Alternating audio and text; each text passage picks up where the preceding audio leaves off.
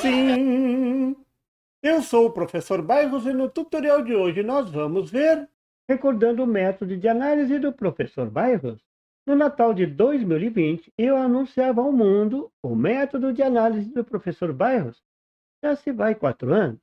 Então é tempo de relembrar esse método fantástico de análise de circuitos. Um método que não existe em nenhum livro. Claro, foi inventado pelo professor Bairros. Um método que simplifica a análise de circuitos usando a superposição.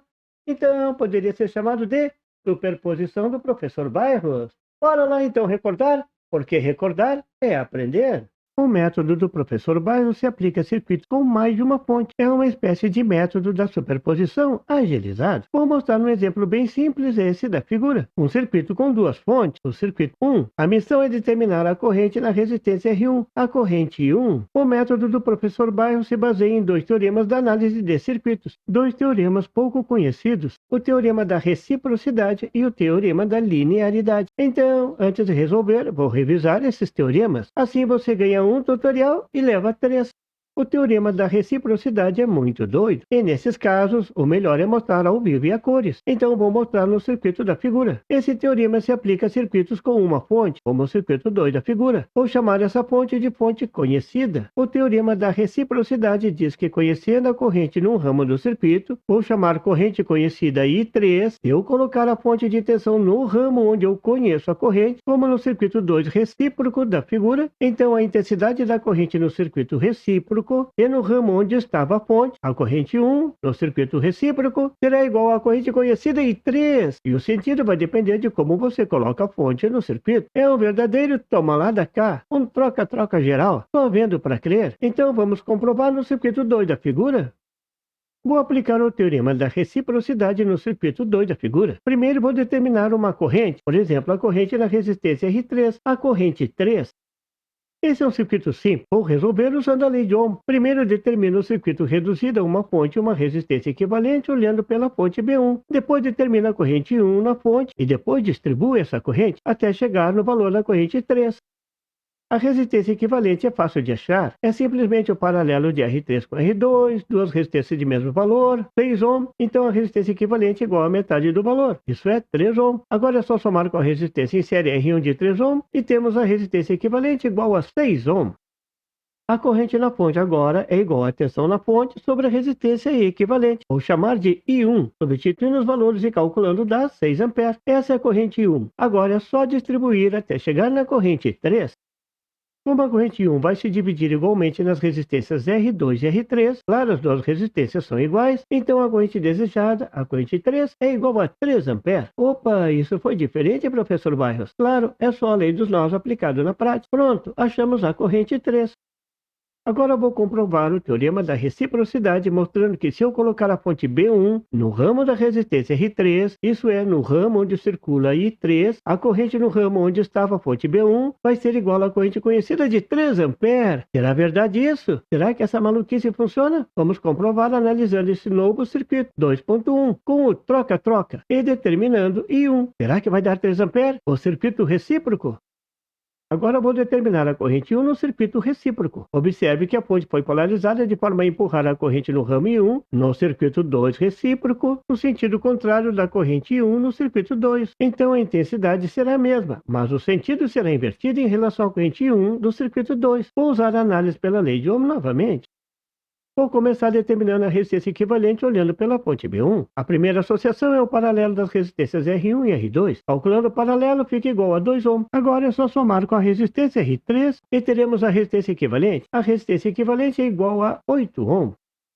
Agora é só aplicar a lei de Ohm e determinar a corrente na fonte B1. Nesse caso, a corrente 3 no circuito 2 recíproco. Substituindo os valores e calculando dá 4,5 amperes.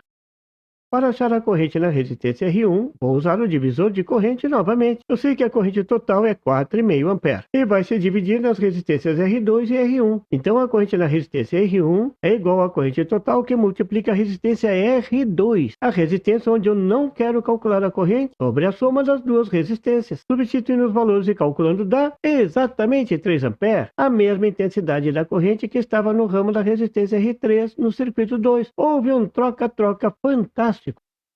O método da reciprocidade, o método do troca-troca é interessante, mas é pouco prático. Era pouco prático. Agora ele é a chave para o método de análise do professor Bairros. Vamos adiante, então? Mas além da reciprocidade, o método do professor Bairros usa linearidade. Vamos ver o que é isso então. Se o teorema da reciprocidade parece meio maluco, o teorema da linearidade eu chamei por muito tempo do método do doido. Claro, que é um doido, beleza. O teorema da linearidade se aplica a circuitos com somente uma fonte e resistências. Como esses componentes são passivos, então os valores das correntes e tensões nesses circuitos são proporcionais ao valor da tensão da fonte. Isso é, são lineares. Se o valor da fonte dobrar, então os valores das tensões e das correntes em todas as resistências vão dobrar de valor também. Simples, não é mesmo? Então podemos usar esse teorema ao contrário para determinar as correntes e tensões no circuito, com uma fonte de forma rápida, lépida e rasteira. Vamos ver como fazer isso? O método consiste em chutar a corrente em algum ponto do circuito e então ir distribuindo essa corrente no circuito, determinando as tensões de corrente no restante do circuito até chegar na tensão da fonte. Essa será uma tensão estimada a partir do chute inicial. Então é só determinar o erro, que é igual ao valor real da fonte dividido pelo valor estimado. Sabendo o erro, a proporção do erro, você pode corrigir todos os valores estimados determinados antes. E pronto, você resolve o circuito num passe de mágica ou uma loucura total. Por isso, muitas vezes eu chamo esse método do método do doido. Claro que temos que ver ao vivo e a cores. Vamos comprovar o circuito da figura 3. A missão é determinar a corrente na resistência R3. Claro que eu estou apresentando um circuito simples para que a atenção de vocês se concentre no método. Claro que eu poderia resolver usando a lei de Ohm, mas para que simplificar, não é mesmo? Vou logo chutar a corrente em R3 igual a 1 ampere. Chutar o valor igual a 1 ampere facilita muito. A corrente nesse ponto vai ser exatamente igual ao erro. Agora é só distribuir esse valor no circuito, como você está acostumado a fazer na análise usando a lei de Ohm. O 1 ampere da corrente 3 ao passar pela resistência de 3 ohm gera uma queda de tensão de 3 volts. Sabendo a tensão na resistência R3, a gente sabe a tensão na resistência R2, elas estão em paralelo, a tensão também é 3 volts. Então a corrente na resistência R2 é igual à tensão na resistência R2 sobre o valor da resistência R2, substituindo os valores e calculando dá meio ampere. A corrente na resistência R1 é igual à soma das correntes de 3 mais de 2, lei dos nós, substituindo os valores e calculando dá 1,5 ampere. Sabendo a corrente da resistência R1, fica fácil determinar a tensão na resistência R1. A tensão é igual à corrente na resistência R1 multiplicada pelo valor da resistência R1. Substituindo os valores e calculando dá 12 volts. A tensão estimada na fonte é igual à soma da tensão na resistência R1 mais a soma da tensão na resistência R2, lei das malhas. Substituindo os valores e calculando dá 15 volts. Veja que você errou. A estimativa estava abaixo do valor correto. A estimativa prevê uma tensão de 15 volts, mas no circuito real a tensão é de 90 volts. Então é calcular o erro, que é igual à tensão real da fonte sobre a tensão estimada, calculando dá 6, um número puro. Agora é só corrigir o restante do circuito. Agora fica fácil corrigir a corrente 3. É só multiplicar o valor estimado, o chute inicial, pelo erro. Como a gente escolheu o valor estratégico de 1 ampere, se o erro é igual a 6, a corrente real na resistência R3 será de 6 ampere. Diga aí o que você achou desse método. Para ilustrar o método do professor Bairros, eu vou aplicar um exemplo no circuito 1 da figura, aquele circuito lá do início. Um exemplo simples, mas que serve bem para apresentar o conceito. O método do professor Bairros é aplicado a circuitos com mais de uma fonte, como o circuito da figura. Nesse circuito, o objetivo é determinar a corrente na resistência R1, a corrente I1. Vamos ver como fazer isso usando o método do professor Bairros.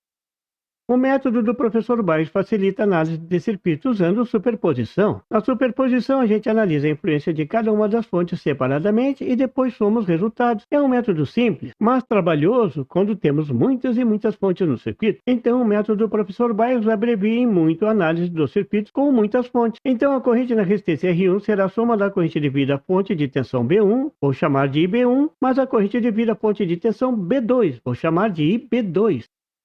Então, inicie igual a análise de circuitos usando a superposição. Primeiro você analisa para uma fonte e depois é que o milagre acontece. Então, vamos analisar o circuito para a fonte de tensão B1, anulando a fonte B2. Isso é, zerando a fonte B2. Uma fonte de tensão é igual a 0 volts quando está em curto-circuito. Veja como fica o circuito. Vou chamar de circuito 1.IB1. Agora vou determinar a corrente I1B1. Agora vou analisar esse circuito determinando todas as correntes nesse circuito. O importante são as correntes. Veja que eu vou renomear todas as correntes do circuito colocando B1 na referência.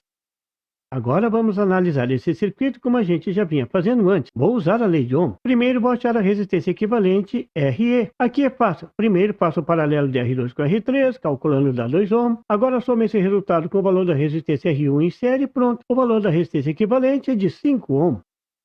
Agora é só determinar a corrente na fonte, a corrente I1B1, substituindo os valores e calculando dá 4,2 ampere. Note que esse será o valor da corrente a somar no método da superposição. Então vamos guardar esse valor. Agora é só distribuir essa corrente. O importante aqui é encontrar as correntes nos ramos. Aqui vou distribuir usando as três leis. Primeira, a tensão sobre a resistência R1 é igual à corrente I1B1 vezes o valor da resistência R1. Substituindo os valores e calculando dá 12,6 volts. A tensão sobre a resistência R2 é igual à tensão da fonte B1 menos a tensão na resistência R1. Calculando isso dá 8,4 volts. A corrente na resistência R2 é igual à tensão na resistência R2 sobre o valor da resistência R2. Calculando dá 1,4 ampere. A corrente na resistência R3 é igual à tensão na resistência R3 sobre o valor da resistência R3. Calculando dá 2,8 ampere. Pronto, analisamos todo o circuito.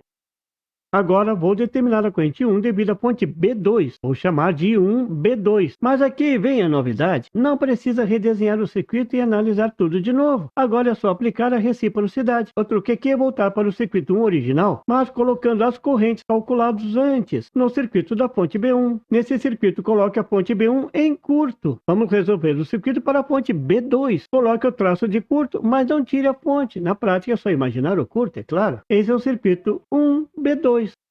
Agora vamos à mágica. É só aplicar a reciprocidade e a linearidade. Primeira reciprocidade. Se a tensão na fonte B2 tivesse o mesmo valor da tensão da fonte B1, a corrente na resistência R1 seria de menos 2,8 ampere. A corrente indicada no circuito, mas a tensão na fonte B2 é igual a 9 volts. Então, qual será a nova corrente na resistência R1? Viu? Uma regra de 3 simples. Resolvendo dá menos 1,2 ampere. Cuidado com o sinal. Observe a polaridade da bateria B2. Pronto. Agora é só somar essa corrente na superposição.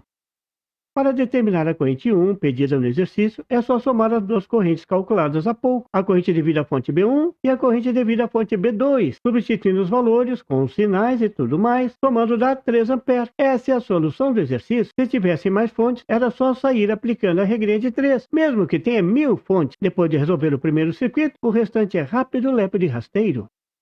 Aí está o método de análise do circuito do professor Bairros, a superposição Bairros. Se é bom ou não, só o tempo dirá, mas que é um método nosso, brasileiríssimo, isso ninguém tira. No próximo tutorial vou mostrar a força do método. Vou analisar um circuito com muito mais fontes. Quem sabe 1000 fontes vai ter fogo no parquinho. Até lá! E por favor, se você não é inscrito, se inscreva e marque o sininho para receber as notificações do canal. E não esqueça de deixar aquele like e compartilhar para dar uma força ao canal do Professor Bairros. E não tem site? Tem sim! É www.bairrospd.com. Lá você encontra o PDF e tutoriais sobre esse e outros assuntos da eletrônica. E fique atento ao canal do Professor Bairros para mais tutoriais sobre eletrônica. Até lá!